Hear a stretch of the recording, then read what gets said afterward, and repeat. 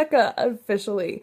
I kind of posted a video a few days ago. Well, not kind of posted. I did post a video a few days ago. It was kind of ramblings with Rebecca, but not really.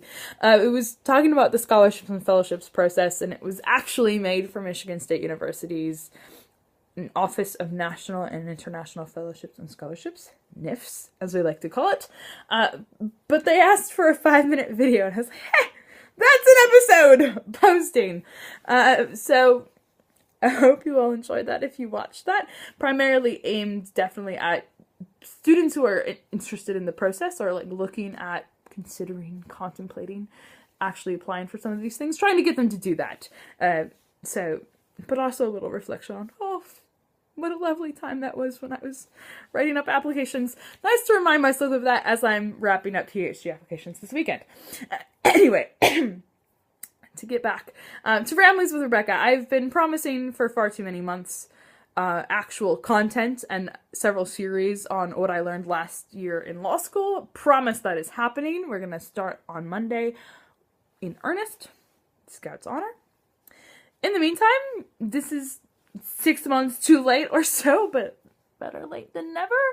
I've had lots of questions lately on Facebook about what is an LLM. So here we go, Ramblings with Rebecca, episode 85. What the heck is an LLM? Good question. Let's start with the phrase, shall we? LLM. Shockingly, it's Latin. Legum magister, master of laws. In Latin, the plural form of a word is abbreviated by repeating the letter. Apparently, I don't know Latin, but the internet's a marvelous place, and this is what it tells me. LL, short for laws. Okay, so LLM, Master of Laws. Generally speaking, it's a 1-year program, postgraduate level. LLMs don't mean exactly the same thing across nations. Virtually no qualifications do. For the most part, it's a 1-year program that is in a specific area of law. So at Edinburgh, for example, we would have LLMs in corporate law, criminal law, environmental climate change law, international law, which is pretty vague, but, specifically between nations rather than a domestic, Scottish, law specialization, that kind of thing. Intellectual property, there's a whole LLM on copyright. More power to you.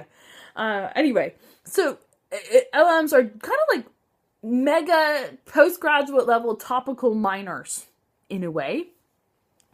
Undertaken by law people, but not necessarily lawyers. You do not need to be a practicing qualified lawyer in order to do an LLM. Nor, and this part is really important, is the LLM a qualification to be a practicing lawyer. I will not be qualified to practice law at the end of this degree. You do not want me to represent you if you ever get sued. It would not be a good thing. Instead, it's a specialized look into a specific area of law that someone who is a practicing lawyer might undertake in order to get a better grasp on a new area that they just haven't dealt with very much. And that is, makes them more employable or a greater asset, allows their firm to expand their reach, that kind of thing. Or some people who work in the human rights sector or in different parts of civil society and want to be able to have a legal perspective on their specific issue. Do this 1-year program to get the legal side of things. In some places, like the United States, generally in LLM, you have to have the JD first, actually, so the Juris Doctorate, which is the more professional qualification. In most of Europe, you can study law as an undergraduate degree, so you could get a bachelor's of law, which does not happen generally in the States.